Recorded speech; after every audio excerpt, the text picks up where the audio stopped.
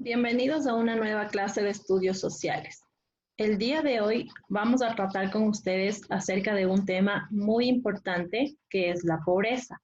Me gustaría poder definir primero la destreza que quiero alcanzar con todos ustedes para poder continuar con nuestra temática de la unidad número 5. Recordarles que esta clase va dirigida para mis estimados alumnos de 10º curso. Empezamos. La destreza que quiero lograr con ustedes es discutir las consecuencias que genera la concentración de la riqueza, proponiendo posibles opciones de solución. Para poder enfocarnos en esta destreza, tenemos que hablar de los siguientes puntos o temas. Primero, riqueza en el mundo. Siguiente, pobreza e indigencia. Tercero, ¿cómo se mide la pobreza? Y cuarto, vencer la pobreza. Primero, nosotros vamos a hablar acerca de la riqueza en el mundo. Podemos decir, como ya habíamos hablado en la clase anterior, que en el mundo existe una balanza que está totalmente desigual. Mire, unos están arriba y otros están abajo. Prácticamente quienes tienen mayor peso son aquellos países que son industrializados, que tienen muchísimo dinero, que tienen gran producción, que tienen muchísimo tipo de comercio. Entonces, estos países obviamente son considerados potencias económicas. ¿Y qué es lo que sucede? Esta desigualdad existe en todos los países. Como ya les mencioné, existe una gran brecha que ha sido producida por la globalización. La clase anterior con ustedes habíamos hablado acerca de este fenómeno y este proceso de la globalización que vivimos en el mundo como un tipo de complemento del capitalismo.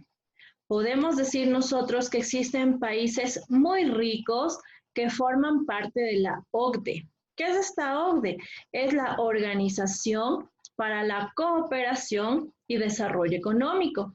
Es decir, estos países concentran una proporción aplastante en cuanto a tecnología y también a industrias. Es decir, son países muy desarrollados en cuanto a la creación de tecnología, a las industrias, es decir, a la transformación de la materia prima.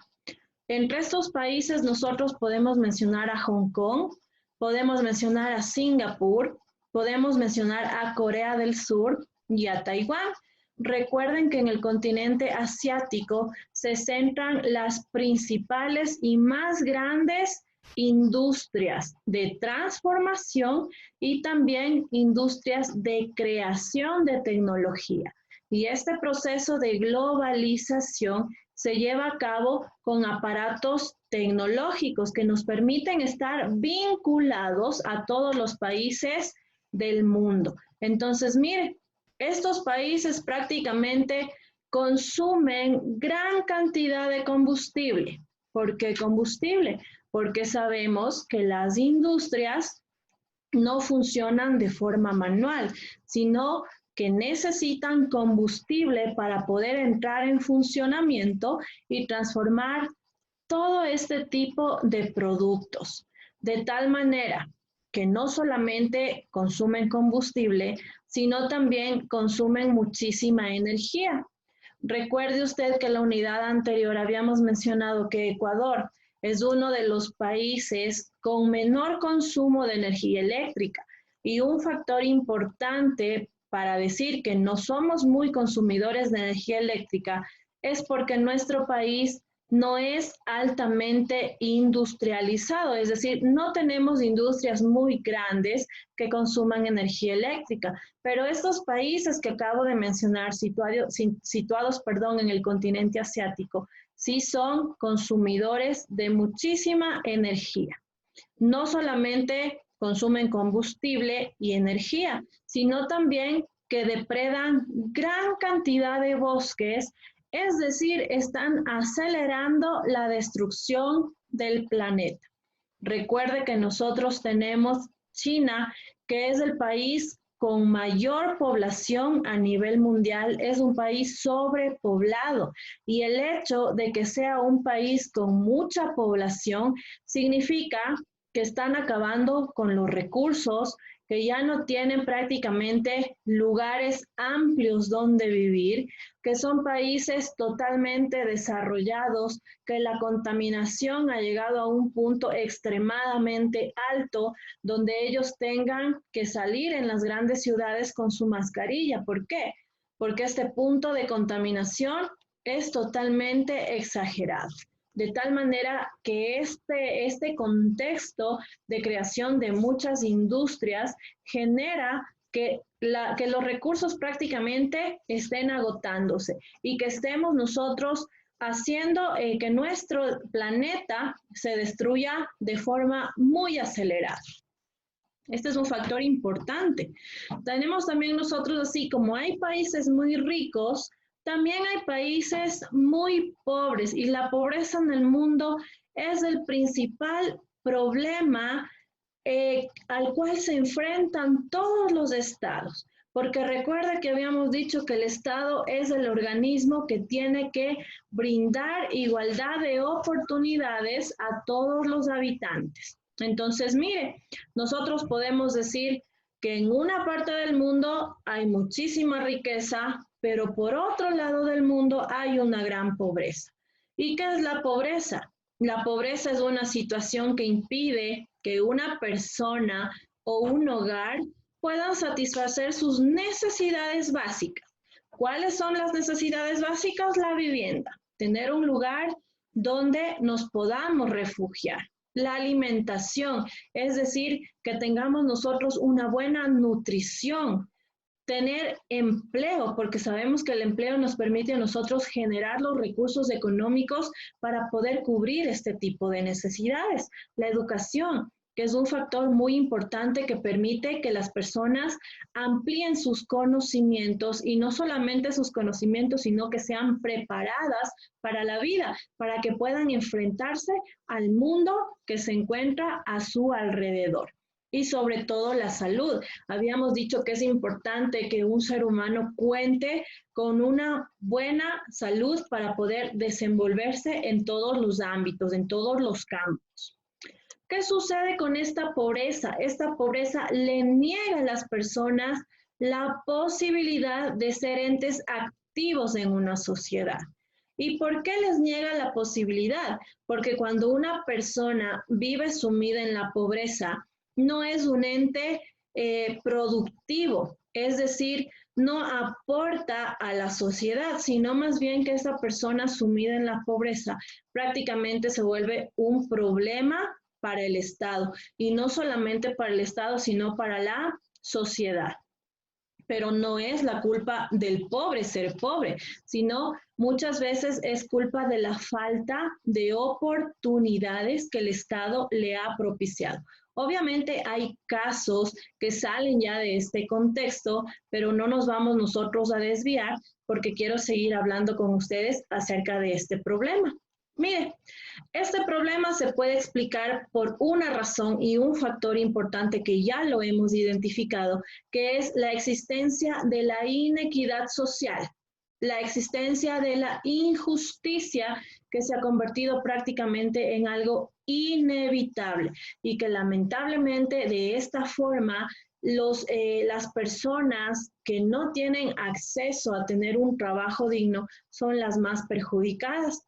La situación de pobreza extrema se considera indigencia. ¿Cuándo a una persona se le puede catalogar como indigente? Cuando esta persona no logra satisfacer sus necesidades básicas, es decir, no tiene una vivienda, por ende tiene que vivir en las calles, tiene que dormir bajo un puente, tiene que ir deambulando por la calle. Cuando esta persona no puede satisfacer su alimentación, cuando esta persona tiene que pedir que le regalen comida o en su defecto buscar en los basureros las obras que la gente ha dejado. Cuando una persona no tiene un empleo, es decir, una persona no produce economía para poder cubrir estas necesidades, y cuando una persona posiblemente no tenga acceso a la salud. no pueda esa persona hacerse atender o poder ir a un hospital, a una clínica para poder ser tratado de la dolencia que él tenga. Esta situación es bastante preocupante porque en todos los países del mundo existe pobreza y en todos los países del mundo, en la mayor parte de países del mundo, también existe indigencia. ¿Cómo se mide la pobreza? Mire, es una pregunta muy interesante. ¿Cuándo se puede decir que una persona es pobre? Primero, este umbral de la pobreza se ha definido en $1 diario, es decir, aquellas personas que vivan con menos de $1 diario o con $1 diario, se considera que es una persona pobre, porque con $1 diario obviamente no puede cubrir sus necesidades. Es decir, los seres humanos necesitamos 5 comidas diarias, pero la mayoría simplemente nos alimentamos 3 veces al día, desayuno, almuerzo y merienda.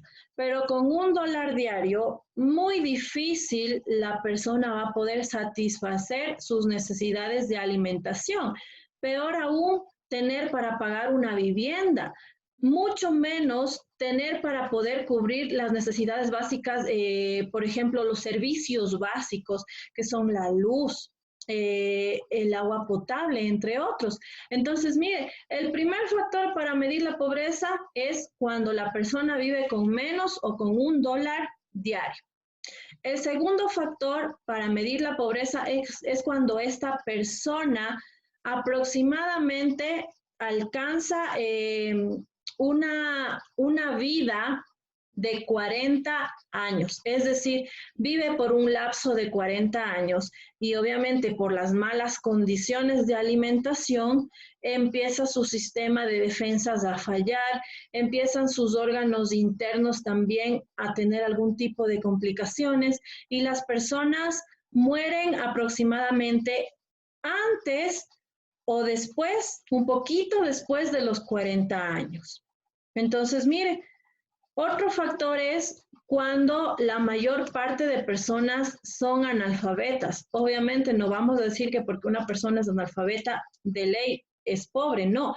Tiene que cumplir con todos estos factores para poder considerar que esta persona es pobre. ¿Y por qué el analfabetismo influye en la pobreza? Porque sabemos que saber leer y escribir a nosotros nos permite desarrollarnos de una forma más amplia.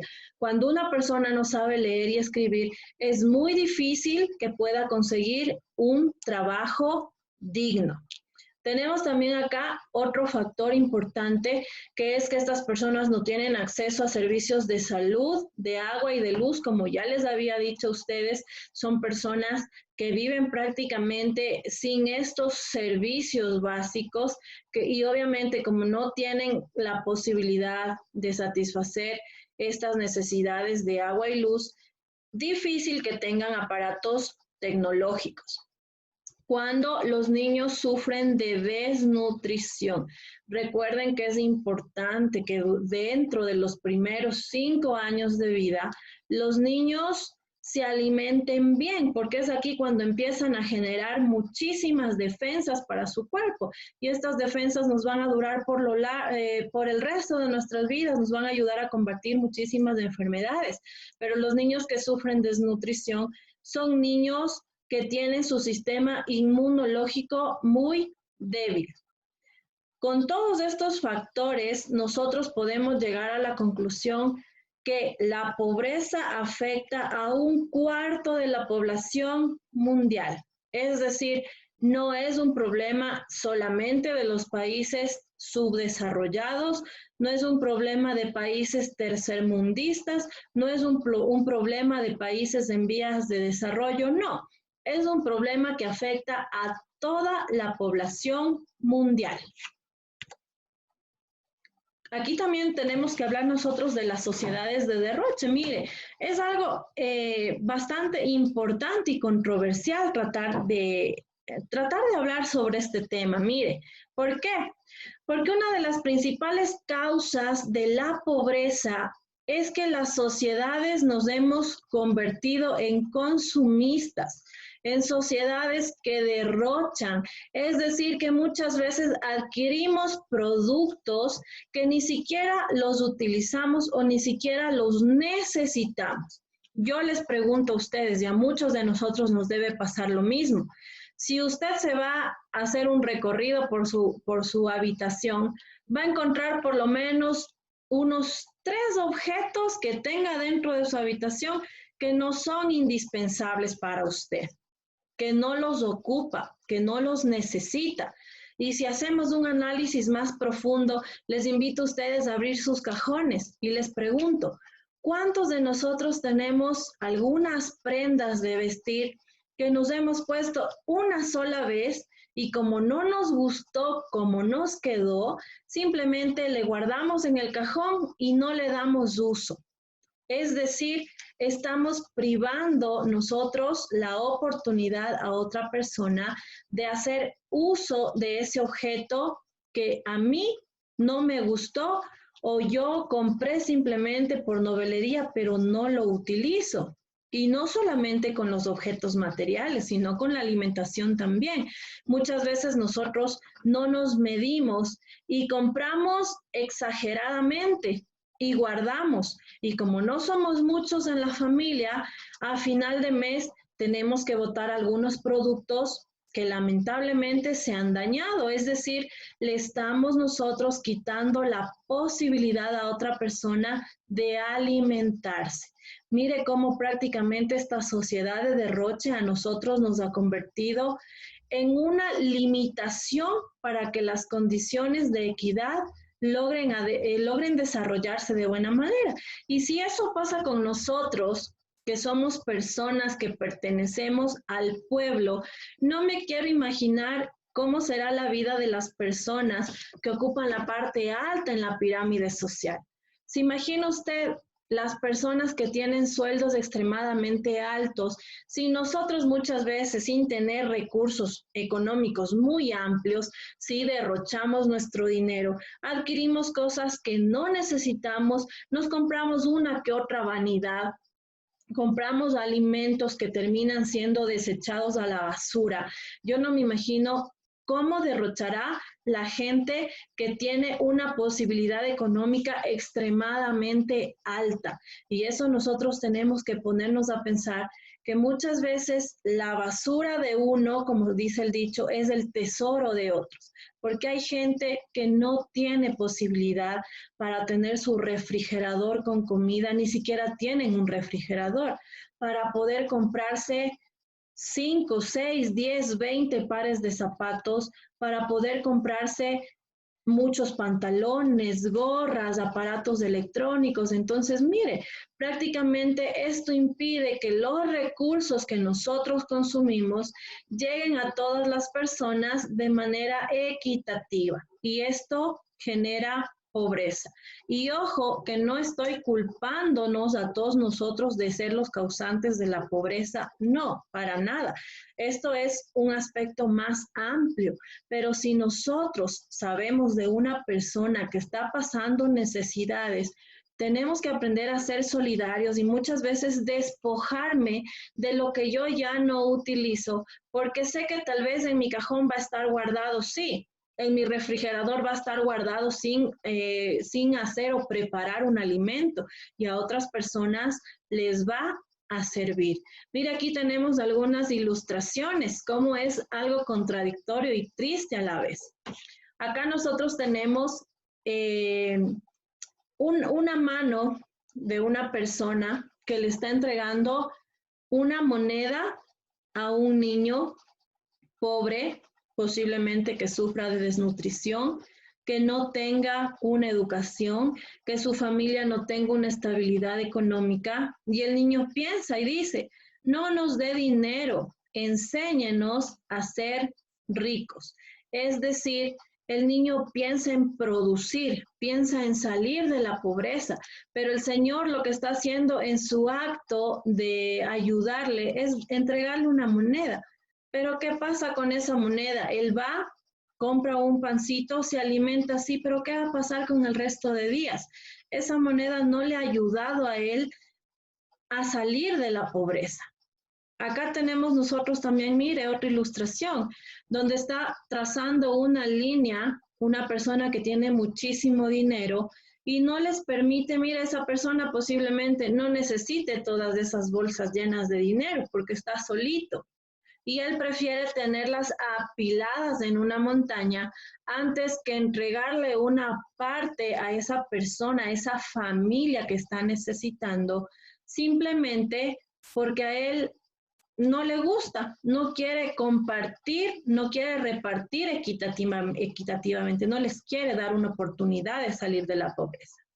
Y acá tenemos otra ilustración, mire, es un niño que no tiene ni siquiera un par de zapatos. Él ha tenido que improvisar con unas telas viejas y un par de botellas, unas chancletas. Mientras que por el otro lado vemos que una mujer luce unas sandalias muy bonitas, unas sandalias que le hacen ver muy estilizada y posiblemente en su casa no tenga solamente ese par de zapatos, sino más. ¿Y qué es lo que sucede? Mire, aquí se ve las dos caras de la moneda. ¿Por qué? Porque nosotros vivimos en una sociedad de derroche.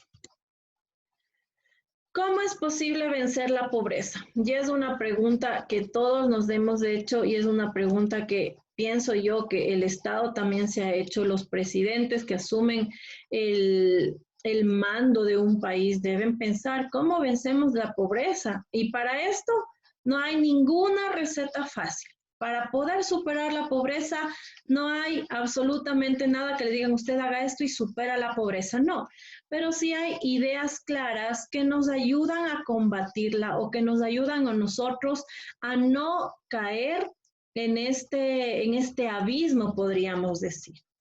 Porque es más fácil volverse pobre que convertirse en una persona rica, en un millonario, ¿no es cierto? Entonces nosotros, si bien es cierto, tenemos que tratar de superarnos y tener cuáles son las ideas claras para poder vencer la pobreza. Y si no estamos en un contexto de pobreza, pues gracias a Dios, pero sí tener una idea clara cómo combatir la pobreza. Primero, los gobiernos deben promover salud y educación.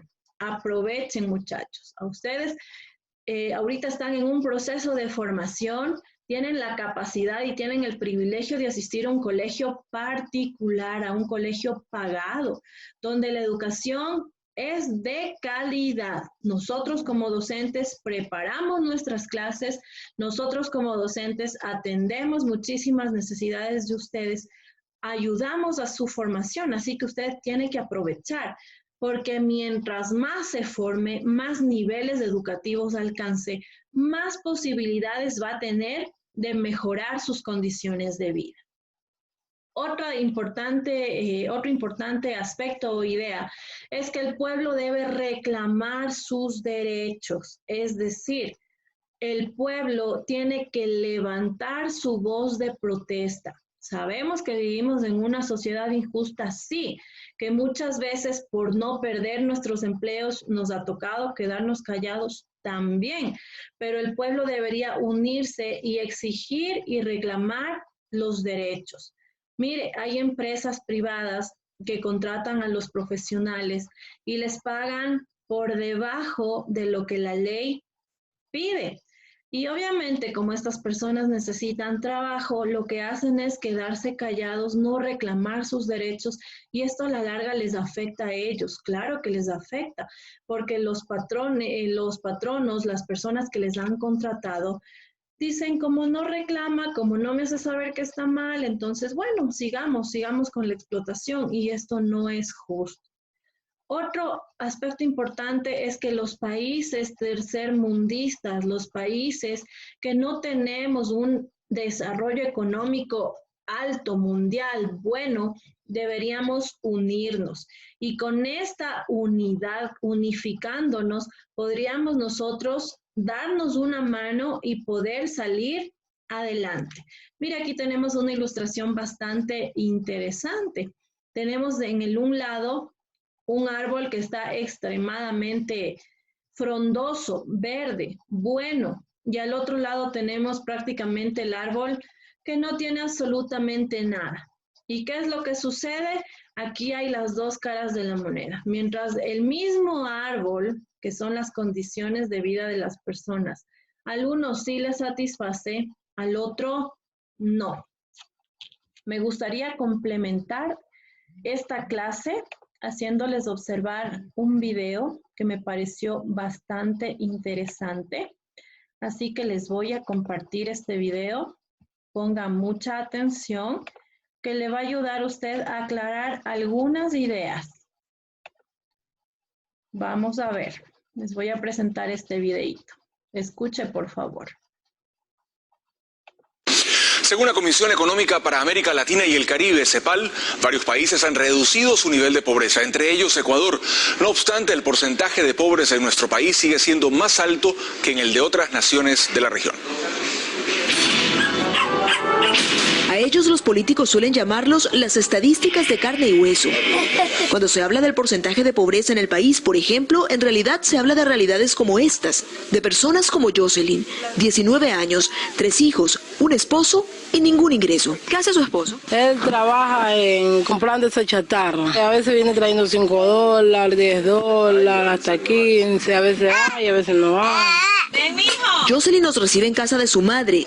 Ella y sus 3 hijos pasan aquí la mayor parte del día, mientras espera que regrese su esposo y le diga si hoy consiguió algo de dinero o no. Y él no alcanza igual, porque a veces, Jorge, a veces le digo que me traiga como la cocina ahorita la tengo dañada. Y no hemos comprado ni el gas tampoco. No hay ni para comer. Esa es otra razón para que Jocelyn esté aquí, en casa de su madre. Es que si no hay para pagar la comida, tampoco para pagar el alquiler. $20, que es una casa de cura.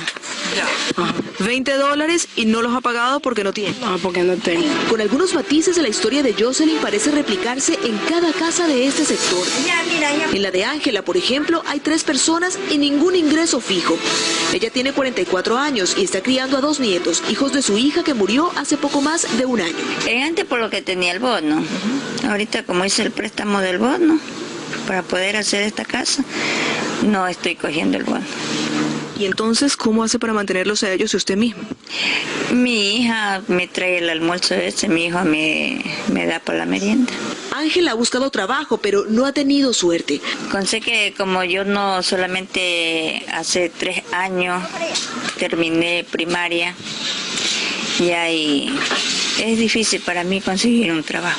La CEPAL, que es la Comisión Económica para América Latina y el Caribe, asegura que Ecuador en un año redujo sus niveles de pobreza del 37 al 32%, 5 puntos porcentuales.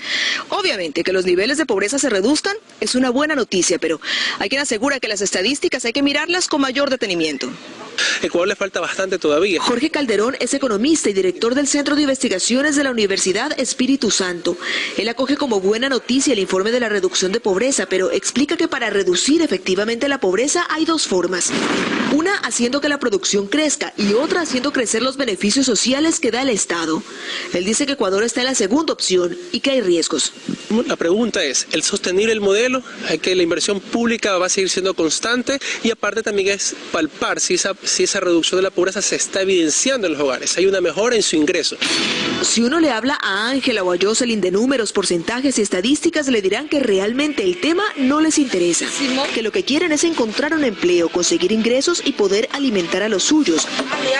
Para ellas, eso sería realmente hablar de reducción de pobreza. Perfecto, mire, acabamos nosotros de observar el video y podemos nosotros sacar algunas conclusiones. Este video prácticamente a nosotros nos hablaba acerca de la pobreza que muchas personas viven en nuestro país, de cómo actualmente, pese a todas las facilidades que nosotros encontramos, todavía hay personas que no han logrado superar estos índices de pobreza. Si pudimos nosotros hacer una comparación, ¿cómo vive la gente? Imagínense, viven en casas hechas de cartón, combinadas con tabla, con plásticos, es decir, acomodándose a su realidad. La señora nos decía, se le dañó la cocina y ni siquiera han comprado el gas. Imagínense en qué condiciones ellos deben vivir para no poder tener acceso a comprar un cilindro de gas. Entonces es bastante triste. Yo les invito a ustedes que hagan un análisis de este video.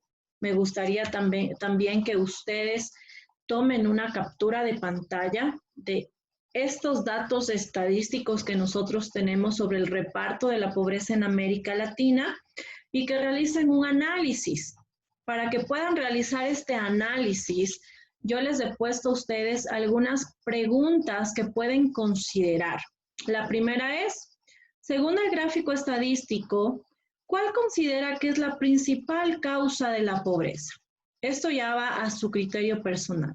¿Usted cuál cree que es el factor detonante para que se genere la pobreza? La segunda pregunta es, ¿considera que Ecuador esté cerca de erradicar la extrema pobreza? Usted me dirá sí o no y cuáles son las razones para que usted piense de esa manera. La tercera es, ¿cree que el número de habitantes influyen en los índices de pobreza en un país? Nosotros tenemos acá el cuadro estadístico de los países. Ecuador, mire, se encuentra en el puesto 10, prácticamente estamos por la mitad. Pero ¿qué es lo que sucede? ¿Cree usted que influye el número de habitantes en la pobreza? ¿Sí o no? ¿Y por qué? Me gustaría también que usted elabore un resumen de la clase en su cuaderno. Entonces, no se olvide, por favor, tomamos la captura de pantalla de este reparto de la pobreza en América Latina, elaboramos el análisis. Si usted quiere basarse en las 3 preguntas, está bien. Si usted quiere topar otro punto de vista sobre el cual usted le vea factible, no hay ningún problema. Este análisis, por favor, lo van a elaborar y me van a subir a Classroom. Espero que nos veamos en una próxima oportunidad. Me despido de ustedes esperando que hayan aprendido algo nuevo. Nos vemos la siguiente clase. Hasta luego.